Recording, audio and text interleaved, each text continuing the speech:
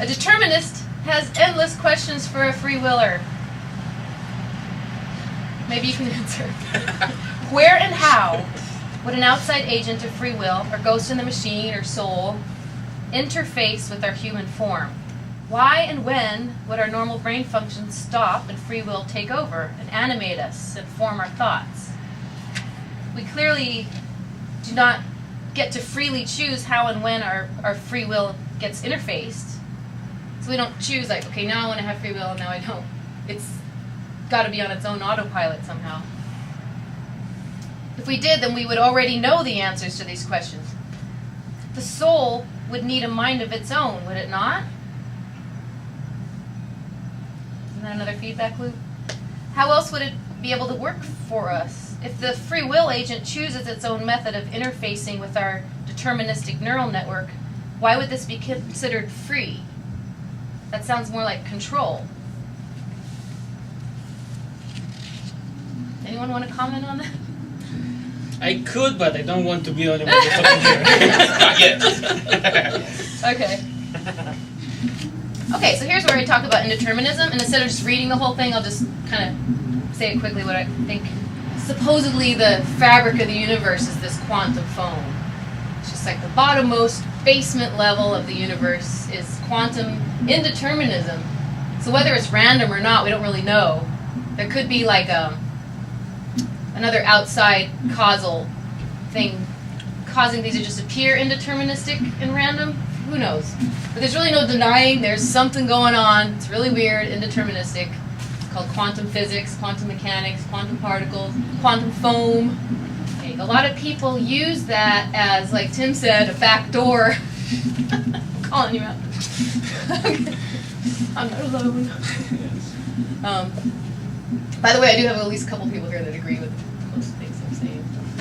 But they use that as an excuse, or they see that, okay, there is something weird in science that science can't explain. Let's use that to convince people that there's such thing as God and free will. So here's kind of my view of quantum indeterminism. Well, it's one loose view. I compare it to the noise floor of the universe. Right? There's this foam going on in the noise floor. If you ever read the book The Elegant Universe by Brian Greene, he has a good picture in there. It shows a bottom, like a square, zoomed way in, and it shows random quantum foam. It just looks like random stuff he drew in there. And then there's another square up here where you're zoomed out a little, and the quantum foam's kind of smaller, it's more flat, zoomed out. Next thing you know, it's zoomed out, and it just looks like a grid. You can't even tell there's quantum foam because we're zoomed way out we're back into the macro world. We just can't detect it. It doesn't really seem to even affect us. I sort of compare that in my book to the noise floor in an analog audio recording.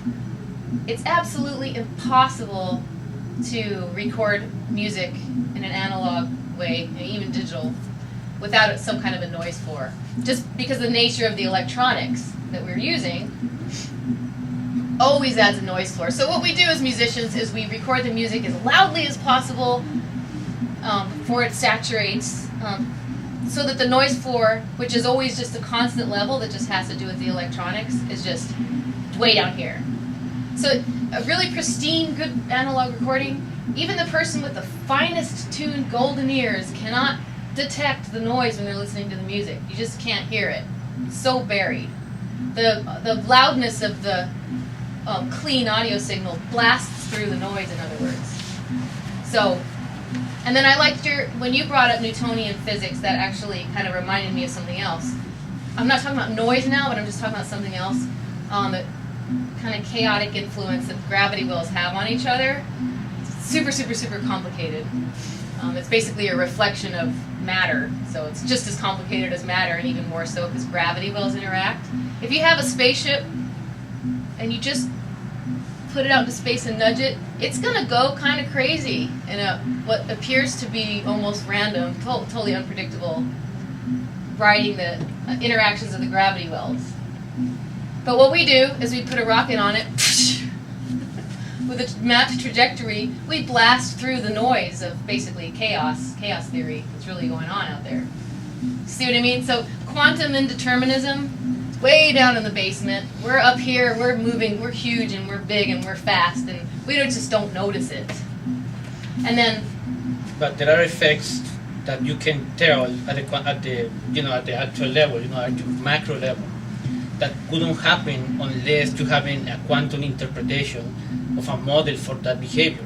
okay, what's an example of that? It'll screw up your electronics. Electronics. I mean, just electronics. I mean, the transistor, the basic block of building a chip, it wouldn't work without quantum mechanics. Okay. And then you have this huge computer that is based only on that. So it does matter. It does affect us in the macro world. Yeah. I mean, and it has to. If it's really the fabric of the universe, of course it's going to affect us. Yeah. Unless you're looking at it. Unless you're looking at it. It's not a mind. That's the definitely. So the way I see that is when we say determinism, when I say determinism, I just mean that that's the overwhelmingly stronger system going on. That's blasting through indeterminism that's there. I guess there's some reason why it would just be impossible not to have it, as weird as it is. Just like it's impossible not to have noise in a recording. You just can't get out of it. The universe is cranking along in real time, computing. If something random or indeterministic happens, well, that happens, and then it just keeps cranking along. So there is stuff happening, but I don't think it has anything to do with this idea of free will. So that's really kind of the point. That's why a lot of times when determinists are talking, they just brush it off. Do you see what I mean?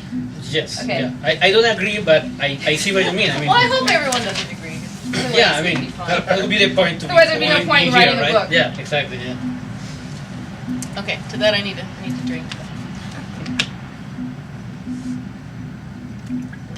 While there are undeniable mysteries and paradoxes in the closet, and I'm one of the closet people, it's illogical and irresponsible to toss unnecessary layers of mysteries into the mix that are unobservable. We can observe. We can. I was waiting for that. Untestable and even undefinable, such as free will, God, or pixie dust. Notice I didn't list quantum fluctuation.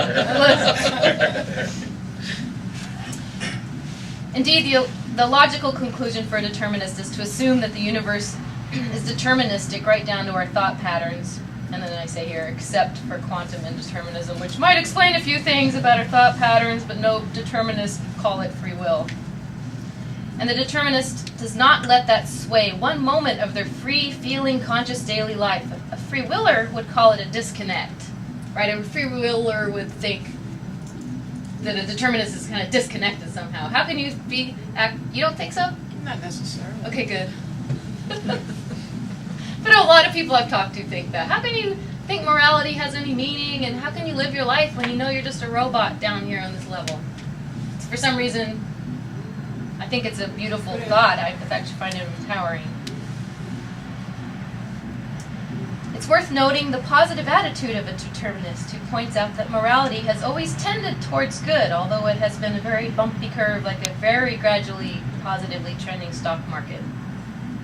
I think if we weren't tending towards good, we would have perished by now. If we didn't have moral codes, we would have long ago perished.